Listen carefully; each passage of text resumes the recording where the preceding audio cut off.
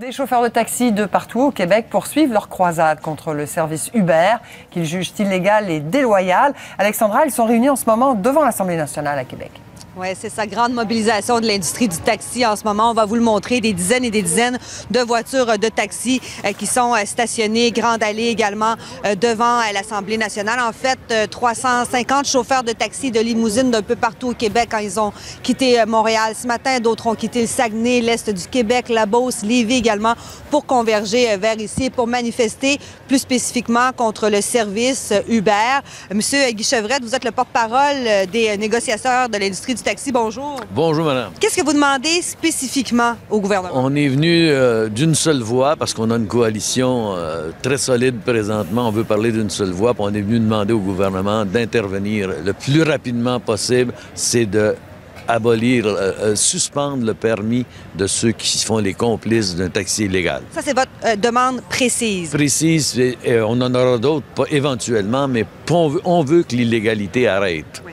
Parce que le gouvernement, jusqu'à maintenant, a refusé de légiférer là, en la matière. Jusqu'à date, le gouvernement a dit que c'était illégal, mais il faut prendre des moyens pour arrêter l'illégalité. On sait qu'UberX paye les amendes de ses chauffeurs. Donc, ça, c'est pas suffisant comme moyen pour les arrêter.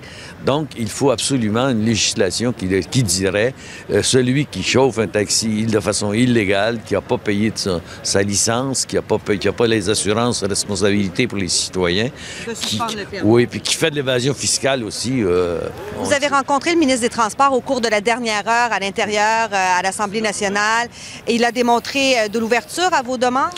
Il nous a dit qu'il était prêt à dialoguer, qu'il est à l'écoute de nos demandes et qu'il verra probablement.